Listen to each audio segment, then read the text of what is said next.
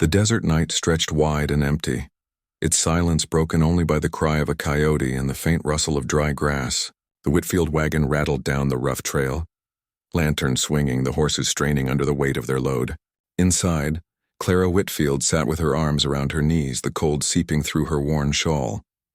She didn't know why her father had driven them out of the town so suddenly, only that his eyes burned with shame and fury. "Don't ask questions. Girl," he'd barked earlier that evening when she'd dared to speak. "You've done enough harm already." She hadn't understood what he meant. All she'd ever done was help, milking the cows, tending the chickens, patching her mother's dresses. But ever since the cattle deal failed and the banker had come knocking, her father's temper had turned meaner by the day. Even her mother, once so soft-spoken and kind, wouldn't meet her eyes anymore. Now, hours into the cold desert ride, Clara noticed something strange. The wagon had slowed, the horses breathing heavy. Her father muttered to her brothers and then stopped the team. "Out," he said gruffly. Clara blinked. "Out here?" He wouldn't look at her. Her mother clutched the seat, lips trembling. "Henry, please, do it," he snapped. Clara's heart began to pound. "Pa, what's happening?" Her father jumped down, came around, and roughly pulled her from the wagon. The gravel cut her palms as she stumbled. "You'll stay here tonight," he said, voice low and hard. "We can't keep feeding another mouth." "You'll find your own way now," she froze. Surely she'd misheard. "Pa, please," she whispered. "Don't leave me." Her mother's eyes glistened with tears, but she didn't move. One of Clara's younger brothers hid his face, ashamed. Then the reins snapped, the wheels creaked, and the wagon rolled forward. She ran after it, limping from the old injury that had never fully healed. "Mama," she cried, voice breaking. "Mama!" But no one turned around. Within minutes, the sound of hooves faded into the night. The lantern light vanished, swallowed by the desert's endless dark. Clara stood alone, trembling in the cold, her breath coming in shallow gasps. Her heart felt like it had been torn from her chest. She sank to her knees, clutching the silver locket that hung around her neck, the only thing her mother had ever given her. Hours passed. The stars wheeled overhead, sharp and bright. Coyotes yipped in the distance. Her limbs grew stiff, her throat dry. When she finally tried to walk, her injured leg gave way, sending her sprawling in the dirt. She didn't cry anymore. She just whispered, "Please, Lord, don't let me die out here."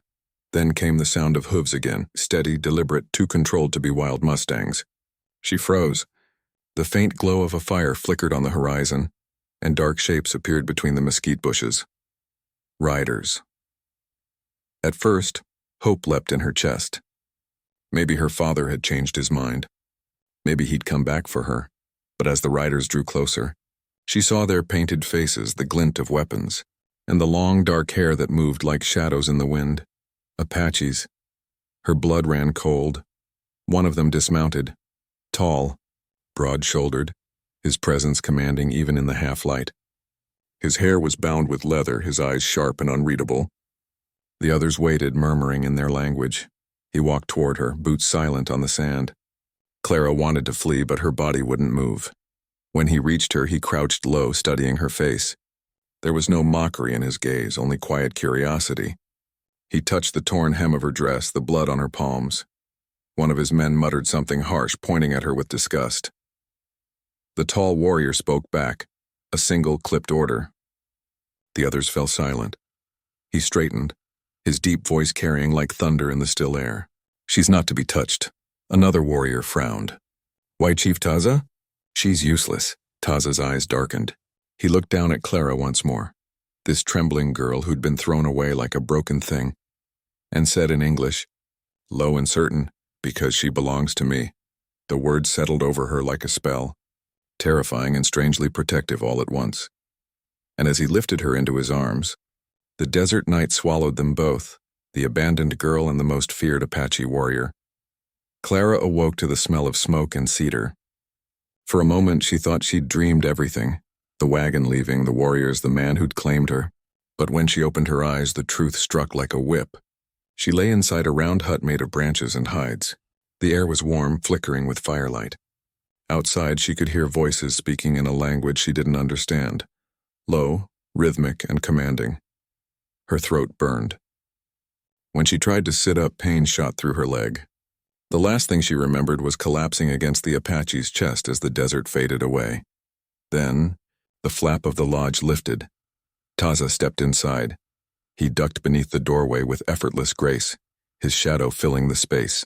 The firelight painted bronze across his chest and the faint scars along his arms. His expression was unreadable, but his eyes, dark as storm clouds, rested on her with a steadiness that made her heart race. She flinched when he approached, clutching her torn skirt tighter. "Please," she whispered, her voice hoarse, "I mean no harm. If you let me go, I'll find my way home." He stopped just short of her bed of furs, studying her as if weighing her words. Then in surprisingly clear English he said, "You have no home." Her breath caught. Taza crouched beside her, setting down a wooden bowl filled with water and crushed herbs. "You were left," he continued calmly. "The tracks showed it. Wagon went south. You alone." Shame burned hot in her chest. "You followed them?" He nodded once.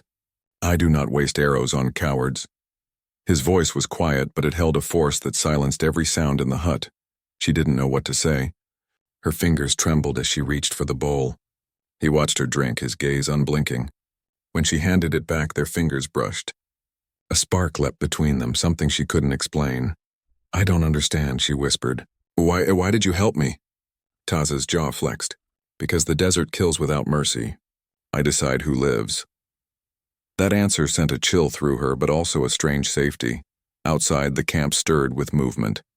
Women's laughter, the crack of firewood, the smell of roasting corn. But when Taza stepped outside, the laughter died. Every head turned. The whispers began. Clara could feel their eyes on her even through the thin walls. Eyes filled with suspicion, some with hatred. To them, she was a white stranger, a ghost woman brought into their midst by the chief himself. Later that day, an older woman entered the lodge carrying a folded blanket and a clay bowl. She spoke gently, introducing herself as Nalan, Taza's sister. Her English was rough but kind. "You eat, you rest. No speak to men," Clara nodded, grateful. Nalan's eyes softened when she saw the girl's fear. "He not hurt you?" "My brother. He lost many. He take you for reason. Spirits tell him," Clara frowned. "Spirits?" Nalan only smiled. "You live. That means something." When night came, Clara lay awake listening to the distant drums.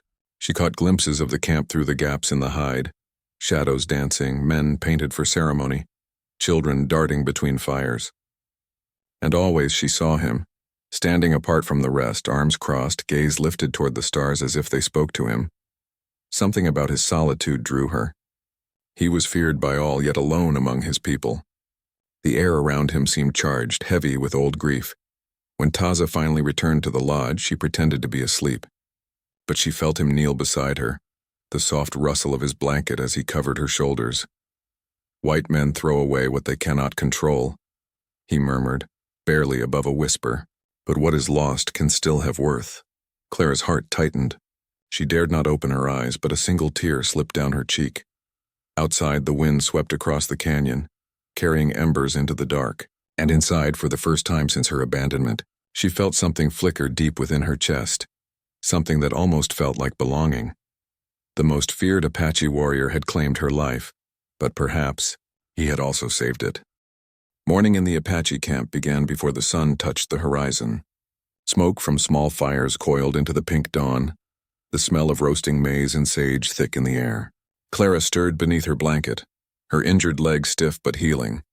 When she lifted the hide door flap, she saw a world that seemed carved from another time. Women grinding corn between stones, men preparing arrows, children chasing one another through the dust.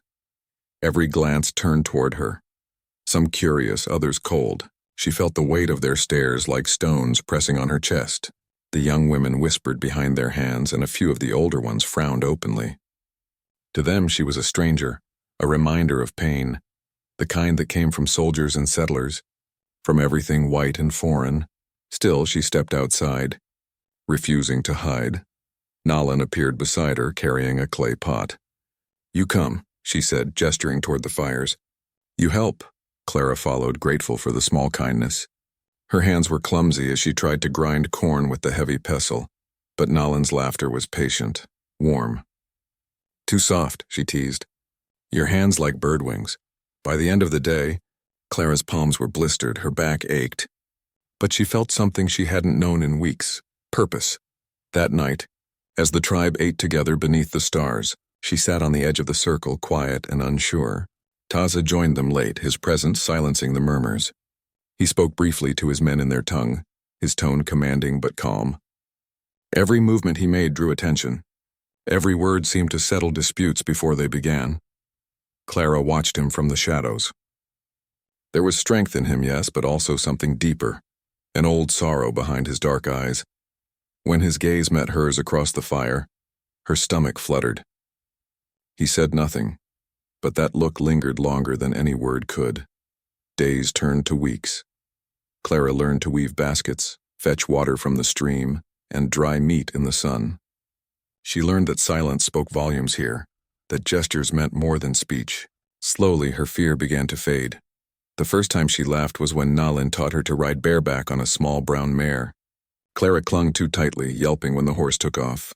The children shrieked with delight, and even Taza, watching from the hill, smiled faintly. But peace in the camp was fragile. Some of the younger warriors did not trust her. One morning, 2 of them followed her down to the river.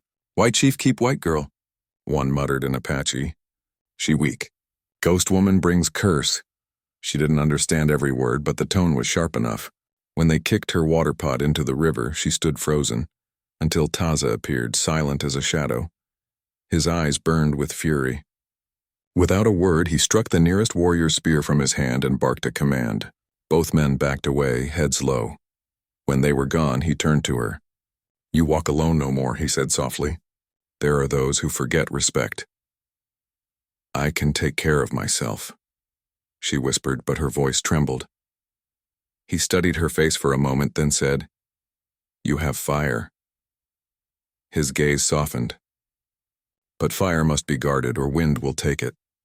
The words stayed with her long after he left. That evening, the air was cool and full of stars.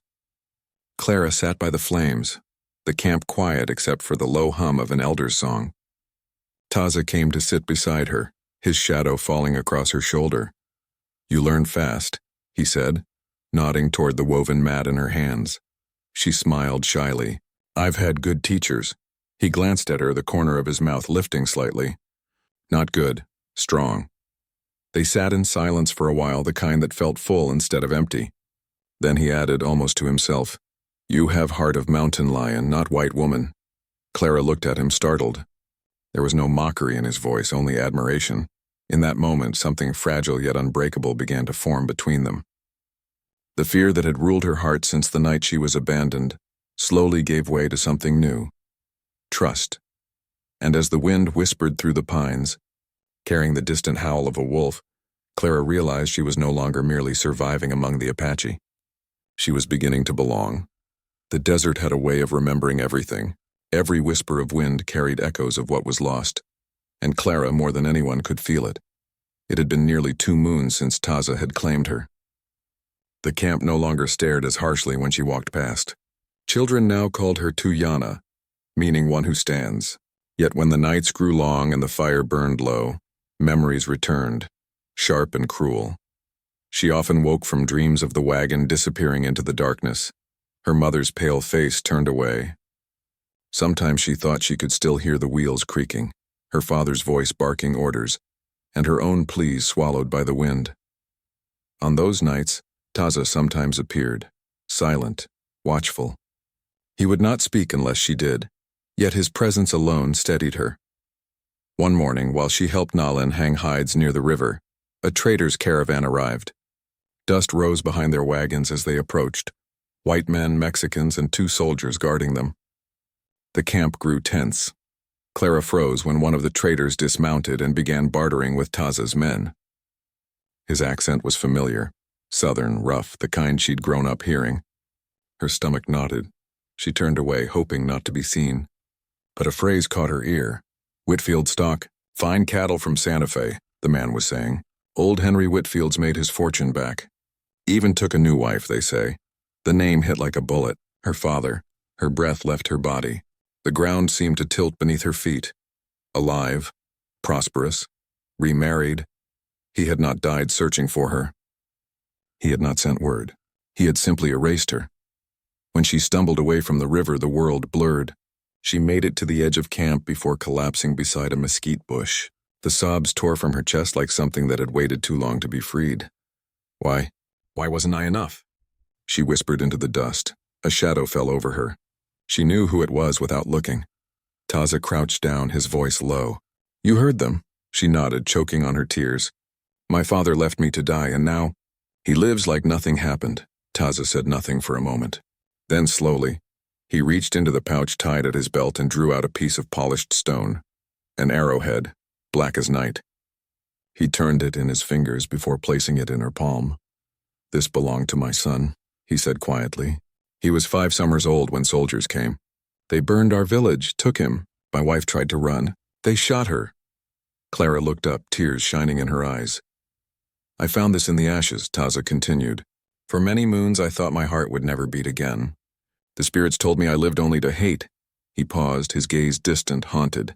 But then I saw you, thrown away by those who should have protected you. And I thought, perhaps the Great Spirit gave me a chance to save what I could not before. Clara couldn't speak. She closed her fingers around the arrowhead, the edges biting into her skin, grounding her. For the first time since she'd met him, she saw the man behind the fearsome legend. A father, a husband, a soul scarred as deeply as her own. The silence between them was full of meaning. The desert breeze carried the faint scent of sage and smoke. Finally, she said softly, You lost your family to hatred. I lost mine to shame, maybe. Maybe that's why we were meant to find each other.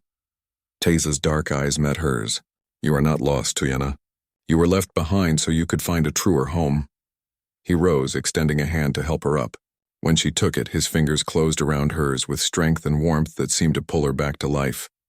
As the sun sank behind the red cliffs, they stood side by side, 2 souls broken by different worlds, yet bound by the same wound. That night, as the drums began to beat again and the stars blinked awake, Clara felt something new stirring in her chest, not sorrow, not fear, but hope. The weeks that followed changed the rhythm of the camp and the rhythm of Clara's heart. She and Nalin worked side by side, tanning hides, weaving mats, and grinding corn. Clara no longer flinched when others passed by her lodge. The women still whispered yes, but now it was curiosity rather than scorn. The children often followed her to the stream, begging for stories about the white towns. Still, peace in the desert was as fragile as a spider's web. The trouble began when a hunting party returned with more than meat. Among them was Cochise, a young, fiery warrior known for his pride and temper. He was Taza's second in command, strong, ambitious, and loyal, until Clara arrived. From the moment he saw her, Cochise's jaw hardened. He watched how Taza looked at her, how he lingered near her lodge when he thought no one noticed. The young warrior had fought beside Taza for years and couldn't understand how his fierce leader could be softened by a white woman, one who had brought nothing but confusion to the camp. One evening, as the sun bled across the sky and the tribe gathered to eat, Clara approached the fire to offer Taza a bowl of stew she'd prepared. It was a simple gesture, but the air shifted when Cochise saw her kneel beside the chief. She serves you like a wife, he said sharply in Apache. But she is not of our blood. The camp went still. Even the crackle of the fire seemed to fade. Taza's gaze lifted slowly to his warrior. Mind your tongue, he warned. Cochise stood, his voice rising. We fight and bleed for our people, and yet you give your heart to one who would not bleed for us. You shame the spirits. Clara didn't understand every word, but she knew the tone, anger, betrayal. She rose, clutching the bowl. Taza, she whispered, please. Taza stood then, towering over them both. His eyes burned, but his voice was low and steady, the way the earth hums before a storm. You question me before my people. Cochise spat at the ground. A leader who forgets who he is should not lead. The air cracked like lightning. Without another word, Taza lunged forward. The 2 men collided, a blur of fury and dust. The circle of onlookers widened as fists struck flesh, the sounds raw and primal. Clara cried out, but Nalin gripped her arm. No, she hissed. If you step in, he loses honor. The fight was fierce but brief. Taza moved like the wind, silent, precise. In a final sweep, he knocked Cochise to the ground, pressing a knife to his throat.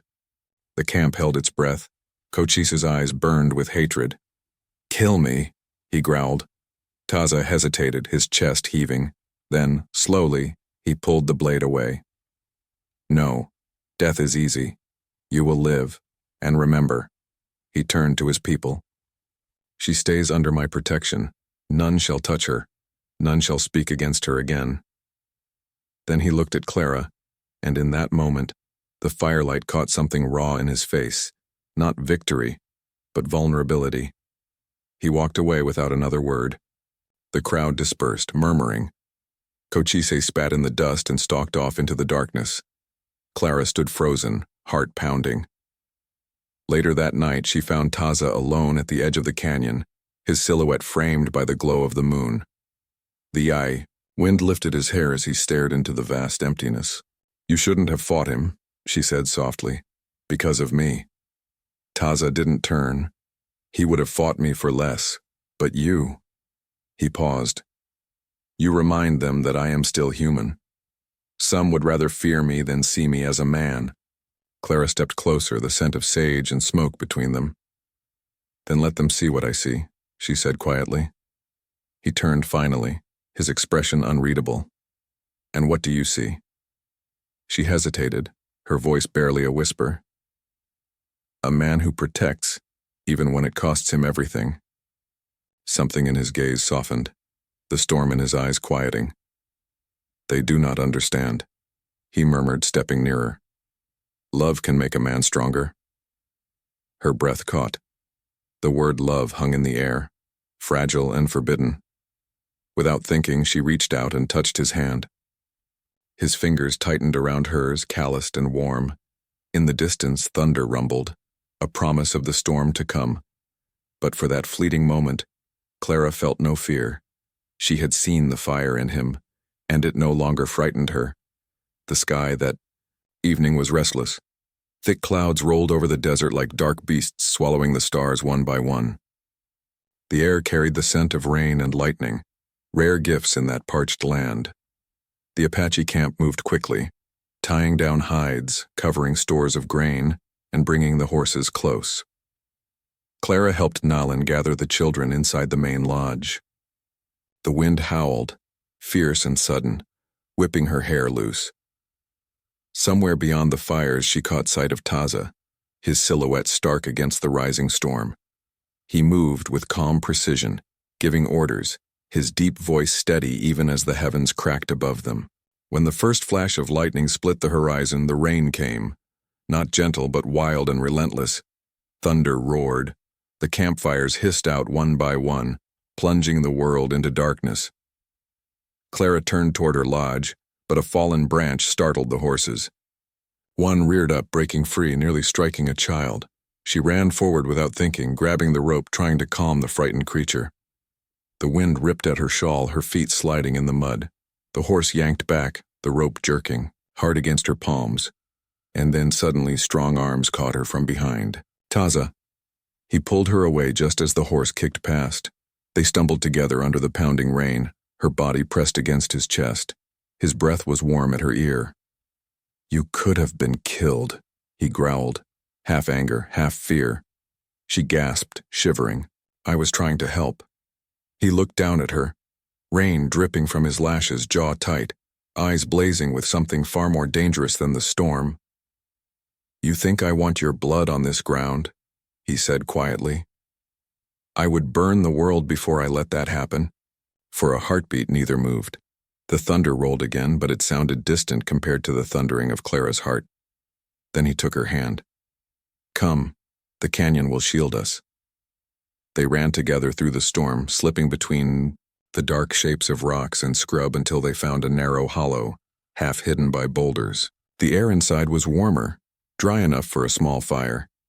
Taza lit it quickly, his hands steady. The light flickered against his skin, turning his scars to molten bronze. Clara sat close, her wet dress clinging to her, her teeth chattering. Without a word, He removed his blanket and wrapped it around her shoulders. The fabric smelled of smoke, leather, and him. He sat beside her, not touching, but close enough that she could feel the heat of his body through the storm's chill. The fire crackled softly between them. Clara's voice trembled when she finally spoke. "You risked your life for me again." Taza looked into the flames. "A man does not let what is his be taken." Her breath caught. "Yours?" He turned to her then, his gaze steady, unflinching. "You were left in my path. The spirits wanted it so. You belong here, with me." The words should have frightened her, but they didn't. Not anymore. Something deep within her chest answered the truth she'd been denying. "I don't know where I belong," she whispered. His hand moved, slow, deliberate, until his fingers brushed her cheek. "Here," he murmured. "In this fire, in this life." Lightning flared outside, illuminating his face for a brief, brilliant instant. He looked at her as if he'd been searching for her all his life. Clara's breath trembled. The distance between them vanished as though drawn by fate. Her fingers rose to his chest, feeling the solid beat of his heart beneath her touch. Then she kissed him. The world stilled. It was soft at first, uncertain, trembling. Then deeper, hungrier, like two halves of a soul remembering what it had lost. His hand tangled in her hair, her body melting against him, every inch of her alive in a way she'd never known possible. When they finally broke apart, both were breathless. The rain outside had eased into a gentle patter, as if even the heavens had quieted to listen. Taza pressed his forehead to hers, voice low. "No fear. Not when I am near." Clara closed her eyes, her heart thudding against his chest. "I'm not afraid anymore." He smiled then. A small, rare thing that softened the warrior's edge in him. Outside, the desert glistened beneath the rain. Inside, by the flickering fire, two souls, one once abandoned, one once broken, had found something fierce and sacred. It was not just a kiss. It was a vow. The peace of the desert never lasted long. By the time the rains had passed and the earth began to dry, the air carried a tension Clara could feel even before anyone spoke of it. The scouts had seen riders, white men, near the ridge 2 days ago. Soldiers, most likely, or worse, bounty hunters. The news spread quietly through the Apache camp, but the unease was clear. Warriors sharpened blades, checked rifles, and spoke in hushed tones. Children were kept close to the lodges. Even the horses sensed it, restless, stamping, snorting when the wind carried foreign scents. Clara knew what it meant. The world she'd left behind hadn't forgotten her. Someone had come looking. That night, as the sun bled into the horizon, Taza returned from a scout patrol. His face was grim. He dismounted, handed his reins to a young warrior, and came straight to Clara. "They're close?" she asked. He nodded once. "4 riders. Soldiers from Fort Wilmore." Her heart twisted. "They're looking for me." He didn't deny it. His jaw tightened, the muscle in his cheek flickering as he stared toward the fading light. "They think you were taken," he said. "They believe you are prisoner." "And I'm not," she whispered. His dark eyes softened, just a little. "No, you are not, but the world wouldn't see it that way. The army didn't understand Apache ways, or care to. If they found her here, they'd take her by force, burn the camp if they had to." That night, Clara sat by the fire with Nalin and the other women, weaving baskets with trembling hands. Every sound made her flinch. The crackle of wood, the low cry of an owl, the distant stomp of horses. When the moon rose high, Taza appeared again, his shadow cast long against the flames. "You must go with me," he said quietly. Nalin looked up sharply. "Where?" "To the canyon. There is a cave above the river. She will be safe there until this passes." Clara rose. "I won't hide while others risk their lives for me." Taza stepped closer, his voice firm. "You will do as I say. They come for you, not for us. I will not let you be taken." Something in his tone silenced her protest. He wasn't just her protector now. He was something more. Something that made her heart ache and burn at once. They left under the cover of darkness. The wind carried the scent of mesquite and ash. Taza led the way, silent and sure-footed, while Clara followed close behind. She could hear the distant rumble of thunder again, or maybe it was the sound of hooves echoing from far away. When they reached the canyon, the moonlight turned the rocks silver. The cave he spoke of was hidden behind a fall of stones, invisible unless one knew where to look. Inside, the air was cool and still. He lit a small fire and turned to her. "You will stay here until I return." She shook her head, eyes glistening. "You don't know what they'll do if they find you." Taza's lips curved, not a smile, but the faintest flicker of pride. "I have faced worse than white men with guns." He reached out and cupped her face, thumb tracing the curve of her cheek. "They will not touch you. Not while I breathe. Huzzah," she whispered, her throat tight. "If they kill you." He pressed a finger to her lips, silencing her. "Then I die having known truth." "What truth?" she breathed. "That I was meant to find you." The words broke something inside her. She reached for him, clutching his arm. "Don't leave me." He kissed her forehead softly. "I must." Before she could answer, he turned and disappeared into the darkness, his figure swallowed by the night. Clara sat by the small fire, trembling, her heart a storm. Every gust of wind sounded like distant gunfire. Every flicker of flame cast his face on the cave walls. Hours passed. Then, a single shot rang out. The echo rolled through the canyon, sharp and final.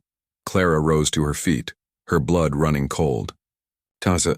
Another shot followed, then two. Then silence. She stumbled toward the cave's mouth, her voice breaking as she whispered his name into the night. The desert gave no answer. Only the soft, mournful cry of a coyote far away, and in that moment, she knew the soldiers had come. The echo of gunfire tore through the silence, sharp and merciless. Clara froze in the mouth of the cave, her heart hammering against her ribs so hard it hurt. The world outside was a blur of shadow and moonlight, the desert wind carrying the distant crack of rifles and the faint, haunting cries of men.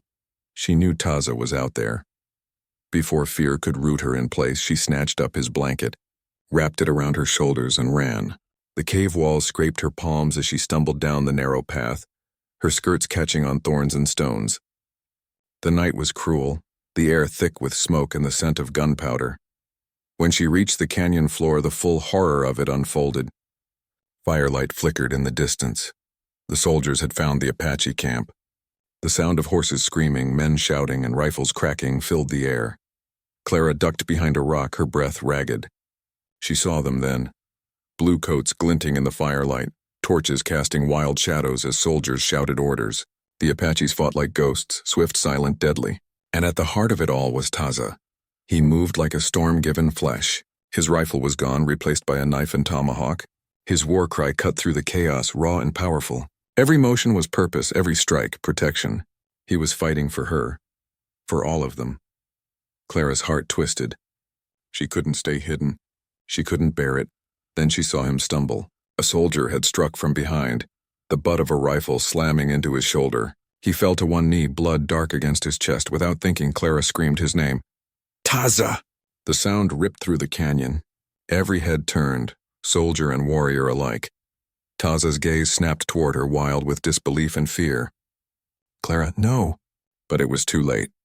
A soldier had spotted her and swung his rifle up. The muzzle flared. The shot missed, kicking dust at her feet, but it sent her sprawling. She scrambled backward, breathless, as another soldier advanced. Taza charged. He moved faster than any man Clara had ever seen, a blur of fury and fire. His tomahawk struck true, dropping the soldier where he stood, but another came from behind and another after that. Clara crawled to her feet, screaming, "Stop! Stop this!" But her words vanished in the roar of the guns. Then the storm broke. The Apaches surged forward from the rocks above, arrows and bullets raining down. The soldiers scattered, shouting, retreating toward the ridge. The desert burned with chaos, and Clara could only cover her ears and weep as death echoed in the canyons. When the smoke began to clear, the soldiers were gone, driven back toward the fort, leaving behind the wounded and dying. The Apaches stood in grim silence, their faces streaked with ash and blood. Clara stumbled forward, searching, her throat raw. "Taza?" She found him near the riverbed, kneeling, his knife buried in the earth beside him. Blood ran down his arm, staining the sand. She fell to her knees before him. "You're hurt." He looked up, his eyes soft despite the pain. "It is nothing." She pressed her hands to his wound anyway, trembling. "You said you wouldn't let them take me, and I did not." He reached for her cheek, smearing blood and tears alike. "You came for me. You disobeyed." "I couldn't lose you," she whispered. His lips curved faintly. "Then you are truly Apache now." Her tears fell freely as she pressed her forehead against his. Around them, the camp was silent but alive. Women tending the wounded, warriors standing guard under the blood-red dawn that was beginning to break. Taza drew a slow breath, his voice low and rough. "They will come again. They will not rest until they have you back." "Then we'll go," she said, surprising herself with the strength in her voice.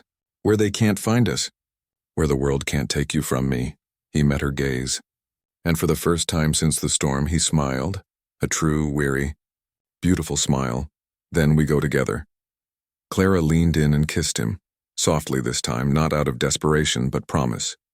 The dawn spilled gold over the desert as if blessing their vow. Behind them, the Apache dead were honored in silence.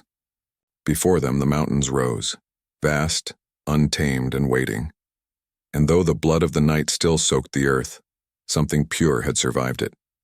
A love strong enough to defy a nation. The morning after the battle was quiet but heavy. The desert seemed to hold its breath as if mourning the blood spilled the night before. Clara moved among the Apache warriors, helping where she could, bringing water to the wounded, binding cuts, and offering blankets. Her hands shook, but the resolve in her chest burned stronger than fear. Taza walked beside her, limping slightly from the blow to his shoulder, his eyes scanning the horizon constantly. He did not speak much, only nodding to the warriors, silently commanding respect even as his body betrayed him. Clara felt a pang of worry every time he winced. "You shouldn't have come," he said finally as they paused near the river. Clara met his gaze, unwavering. "And let you face them alone?" "I couldn't, Her voice broke. "I couldn't let them take you from me." Taza's dark eyes softened, but the tension in his jaw remained. "The world does not see you as one of us. They see a white girl, a symbol of weakness. You cannot live freely here. Yet the white world will never accept you again." Clara looked at him, the words hitting like stones. She had already known it. Her family had abandoned her, society had rejected her. But hearing it aloud made it painfully real. She was trapped between two worlds, one that would never claim her and one where she would always be an outsider. "I don't care," she whispered. "I belong with you. That's enough." Taza studied her, a slow, deliberate silence passing between them. Finally he said, "Perhaps, but the tribe must accept you truly, not just tolerate you because I say so." Over the next days, Clara faced her trial. The elders challenged her courage, sending her into the canyon to prove herself. She was given a single bow and a quiver of arrows, and instructed to retrieve water from the river while navigating the rocky cliffs alone. Every step tested her balance, every move tested her fear. The rocks were slippery from the recent rain, and at one point, she nearly fell into the rapids below. But she did not falter. When she returned, the elders spoke in low tones among themselves. They studied her not as a white woman, but as a person who had faced danger, who had proven her resilience. Finally, Nalan approached her, smiling faintly. "You have heart. The spirits have spoken." Clara's chest swelled, relief mingling with exhaustion. She looked across the camp to see Taza standing apart, his hands resting on the hilt of his knife. When their eyes met, he nodded once. Silent, powerful acknowledgement. She had passed. That night, under the vast desert sky, Clara sat with Taza on a rocky outcrop. The camp lay below them, quiet except for the occasional flicker of firelight and the soft murmur of the wind. "You have been tested," Taza said, "and you have survived." Clara leaned against him, resting her head on his shoulder. "I feel like I finally belong somewhere, even if the world outside rejects me." He brushed her hair back from her face, his fingers warm against her cheek. "You belong where your heart is strong, and your heart is here, with me." For a long while they sat in silence, watching the stars emerge. Clara thought of the world she had left behind, her family, the town that had cast her aside, the life she would never return to. It was a life of abandonment and betrayal. But here, beside this warrior, She had something she had never imagined possible: acceptance, trust, and love that burned brighter than any fear. The desert stretched endlessly around them, untamed and unforgiving. Yet in that vast emptiness, Clara felt a peace she had never known. She was no longer a girl abandoned by her family. She was Tuyana, a woman who had fought, survived, and found her place. And the man beside her, the fiercest Apache warrior anyone had ever known, would not let her go. The world could reject her. The soldiers could hunt. The whispers of the tribe could linger. None of it mattered anymore. She had chosen her home. She had chosen him, and for the first time she truly felt free. The dawn was gentle, spilling gold over the desert cliffs. The air carried the faint scent of sage and cedar smoke, mingling with the warmth of the sun that rose over the Apache camp. Today was not a day of battle, nor of fear. It was a day of belonging, of union, and of promise. Clara stood outside the main lodge, dressed in a simple but beautiful robe of woven cloth, dyed with the deep reds and browns of the desert. Nalin had braided her hair with strips of leather and small feathers, each one a symbol of resilience, courage, and the spirit of the tribe. Clara felt a tremor of nerves. This was unlike anything she had ever faced, but it was tempered by a deep sense of rightness. She was home. Taza appeared from the shadows of the lodge, his dark eyes fixed on her. His presence was magnetic, commanding, and tender all at once. He was adorned with ceremonial paint, his hair bound in leather, his weapons at his side as symbols not of war, but of protection and honor. The tribe gathered in a wide circle, warriors, women, and children watching in solemn respect. Even those who had doubted Clara's place among them stood silent, acknowledging the bond that had been forged through trials, blood, and shared courage. Taza approached her slowly. His hand reached out, brushing hers with a reverence that made her chest swell. "You have faced the desert, the soldiers, and the storms," he said quietly, his voice deep and steady. "And you have come through stronger than I could have imagined." Clara's eyes filled with tears. "I would face any storm, if it meant being with you." He smiled faintly, the corners of his lips softening, a rare tenderness behind his fierce warrior gaze. "Then you shall not face it alone. From this day forward, you are mine, and I am yours." An elder stepped forward, chanting in the Apache tongue, and handed Clara a small pouch filled with herbs and stones. Each represented a blessing: courage, loyalty, love, and protection. She clutched it tightly, feeling the weight of their meaning. Taza took her hand, raising it to his lips in a gesture of reverence and devotion. "Before the spirits, before the tribe, I claim you as my wife," he declared. "Not as a possession, but as my equal, my partner, my heart." Clara's own voice shook with emotion as she spoke the words she had longed to say. "I am yours, not because I must be, but because I choose you, because I have found my home in your heart." The tribe responded with a low, unified chant, the sound echoing across the canyon walls like a wave. Children clapped, warriors raised their weapons in salute, and the air itself seemed to vibrate with approval. Taza lifted her hand to his chest, letting her fingers rest over his heart. "Feel this," he whispered. "It beats for you." Clara pressed her forehead to his, closing her eyes. "And mine for you." The elder then took a small flame from the central fire, passing it between their joined hands. It was a symbol of shared life, of warmth that would endure through the cold and hardship of the world. As the fire touched them, Clara felt a surge of belonging, of completeness, unlike anything she had ever known. When they finally pulled back, the sun broke fully over the horizon, illuminating the canyon in gold and amber. Clara looked around at the tribe, at the people who had once doubted her, now witnesses to her acceptance, her strength, and the love that had blossomed against all odds. Taza took her hand again, guiding her to the center of the circle. Together they raised their joined hands to the sky. "I am yours," he said, "forever." "And I am yours," she replied, "forever." The wind stirred, lifting their hair, carrying the scent of cedar and sage across the canyon. The desert, once a place of fear and abandonment, now witnessed the birth of something enduring, fierce and true. Clara had been abandoned once. She had been hunted, tested, and doubted. But now, as the wife of the fiercest Apache warrior, she had found what she had never dared to hope for: love, belonging, and a home carved from courage, loyalty, and fire. The tribe erupted in celebration. the sound of drums and laughter echoing through the canyon. Clara and Taza stood together, hands intertwined, hearts bound, ready to face whatever the future might bring. Together, as one. For the first time in her life, Clara felt whole. The desert had claimed her. The warrior had protected her, and now, the world could not take her away. She was home.